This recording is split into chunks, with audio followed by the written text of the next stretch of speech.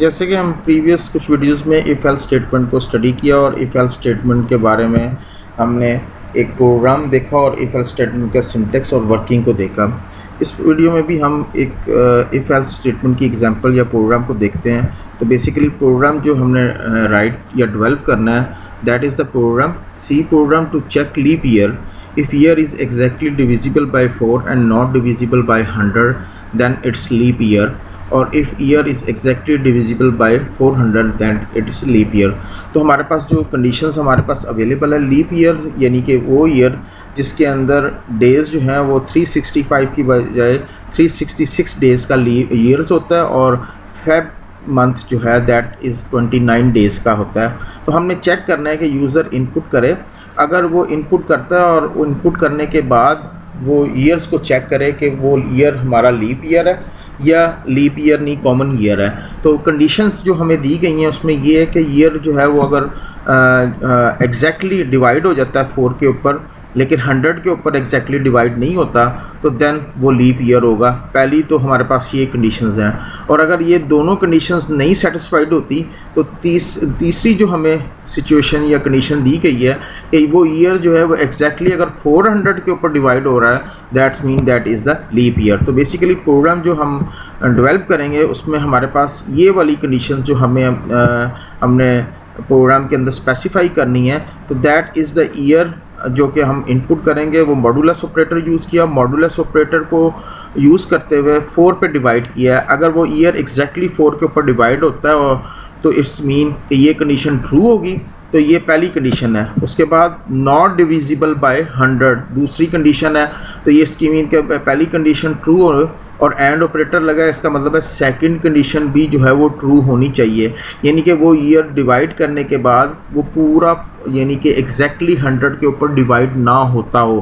तो ये कंडीशन भी जब ट्रू हो जाएगी तो इट्स मीन कि आप जो है जो ईयर इनपुट किया that is the leap year. और अगर ये दोनों कंडीशन सपोज सेटिस्फाइड नहीं होती और ये हमने एंड ऑपरेटर के साथ इनको कंबाइन करके that will B consider one condition.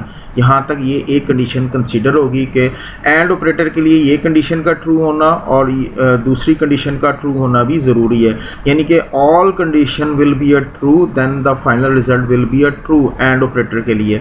तो ये हमने बाहर और ऑपरेटर यूज़ किया है। और ऑपरेटर जो अभी हमने एग्जैक्टली यहाँ पे जो कंडीशन हमें बताई गई है उस कंडीशन में ये कहा गया है कि वो ईयर अगर 4 और 100 के ऊपर नहीं है तो देन एग्जैक्टली 400 के ऊपर डिवाइड होना चाहिए।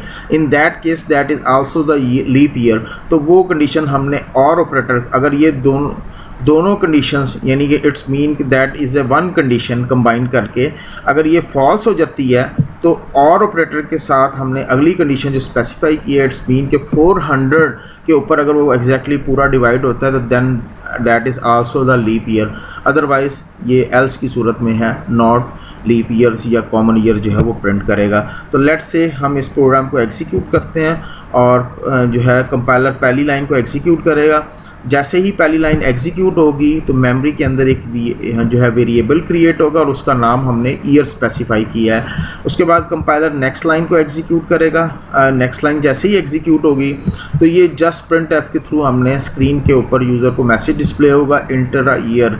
और उसके बाद यूज़र अगर कंपाइलर जो अगली लाइन एग्जीक्यूट करेगा तो कंपाइलर जो है वो next line that is the scanf that will be a prompt the user to input the value from the keyboard. User जो है वो कीबोर्ड से वैल्यू जो है वो इनपुट करेगा। वट सो जो भी वैल्यू वो इनपुट करता है वो वैल्यू इनपुट होगी और वो वैल्यू जो है मेमोरी के अंदर ईयर वेरिएबल के अंदर जो है वो स्टोर होगी। उसके बाद नेक्स्ट लाइन एग्जीक्यूट होगी। नेक्स्ट लाइन जो हमने स्पेसिफाई की है उसके अंदर हमने कंडीशन स्पेसिफाई की है और ईयर्स जो है हमने इनपुट किया 1996 जो है वो यूज़र ने इनपुट किया। और अगर इसको हम 4 पे डिवाइड करते हैं तो ये पहली कंडीशन जो 4 पे डिवाइड करने के बाद हमारे पास जो रिज़ल्ट आएगा that will be the suppose 4 4 ये आपके पास 16 और 16 के बाद यहाँ से आपके पास 3 जो है वो जो है रिमाइंडर की सूरत में बचा और यहाँ पे हमारे पास 9 आया और 4 9 36 जी। यहाँ से फिर हमारे पास जो है 3 रिमाइंडर बचा और उसके बाद 6 जो है और दैट विल आल्सो 4 9 9 ज़ा 36 और ये हमारे पास 36 जो है अगेन वैल्यू आ गई और इसमें इनके रिमाइंडर जो बचा है दैट इज़ द ज़ीरो। ये ज़ीरो जो है यहाँ से हमें रिटर्न हुआ, ये ज़ीरो जो है that is equal to the zero, it's mean condition true. Divide करने के बाद ईयर को हमारे पास जो रिज़ल्ट रिटर्न हो रहा है दैट इज़ ज़ीरो और zero is equal to zero, condition is true. उसके बाद जब आप 100 पे डिवाइड करेंगे तो ये पूरा 100 पे डिवाइड नहीं होगा, इट्स मीन के 96 जो है वो रिमेनिंग वैल्यू बचेगी which is not equal to zero. That is also mean ये कंडीशन भी ट्रू आपकी और ये कंडीशन भी ट्रू, तो दोनों कंडीशन ट्रू हो गई तो फाइनल रिज़ल्ट जो है दैट इज़ द ट्रू। और ये हमारे पास अगली जो स्टेटमेंट हमने स्पेसिफाई या कंडीशन स्पेसिफाई की है वो हमने और ऑपरेटर यूज़ किया है। इसका मतलब है कंपाइलर अगली स्टेटमेंट को चेक नहीं करेगा बिकॉज हमारे पास ये कंडीशन दोनों कंडीशन ट्रू रिटर्न हुई जो कि हमने कंबाइन की हुई थी। इट्स मीन के नेक्स्ट जो आपके पास स्टेटमेंट एग्जीक्यूट होगी that will be the print leap year. तो ये आपके स्क्रीन के ऊपर जो मैसेज डिस्प्ले होगा that is the leap year. For assume करते हैं कि यूज़र ने इस प्रोग्राम को दोबारा कंपाइल किया, रन किया और इस सिनेरियो में जो है अब यूज़र ने 2021 जो है वो इनपुट किया ईयर और ये मेमोरी के अंदर भी 2021 वेरिएबल के अंदर स्टोर हुआ है और उसके बाद जब ये लाइन एग्जीक्यूट होगी तो जब ये लाइन एग्जीक्यूट करेंगे तो ईयर्स जब डिवाइड करेंगे 4 के ऊपर तो यहाँ पे हमारे पास वैल्यू जो है वो रिटर्न होगी। इट्स मीन कि ये वैल्यूज़ जो है पूरा जो है वैल्यू डिवाइड नहीं होगी। इट्स मीन 20 और 21 जब आप डिवाइड करेंगे 4 के ऊपर तो इट्स मीन 4 5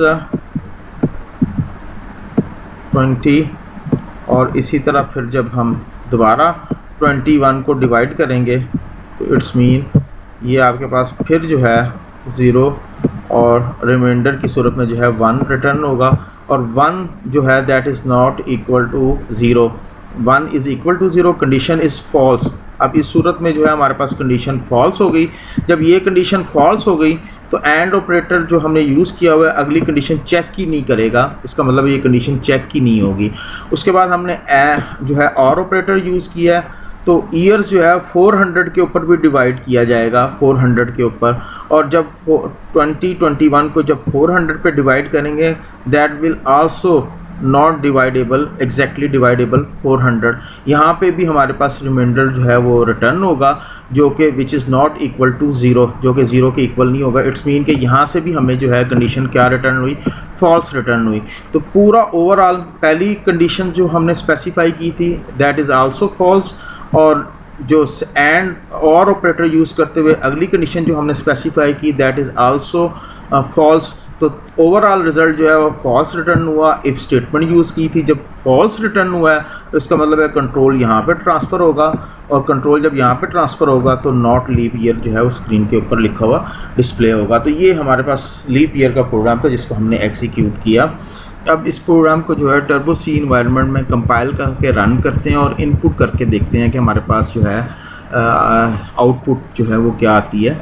अभी जो लीप ईयर्स के लिए हमने देखा तो फर्स्ट ऑफ ऑल हम इस प्रोग्राम को कंपाइल एंड रन करते हैं कंट्रोल F9 करके। जैसे हमने प्रोग्राम कंपाइल किया और प्रोग्राम एग्जीक्यूट हुआ तो 1996 जो है मैं ईयर्स इनपुट करता हूँ तो this is leap year screen के ऊपर डिस्प्ले हुआ। अब दोबारा हम इस प्रोग्राम को कंपाइल करते हैं और रन करते हैं। 2021 ईयर जो मैं इंटर करता हूँ, जैसे ही मैं इंटर करूँगा तो हमारे पास जो मैसेज डिस्प्ले हो रहा है दिस इज़ कॉमन ईयर।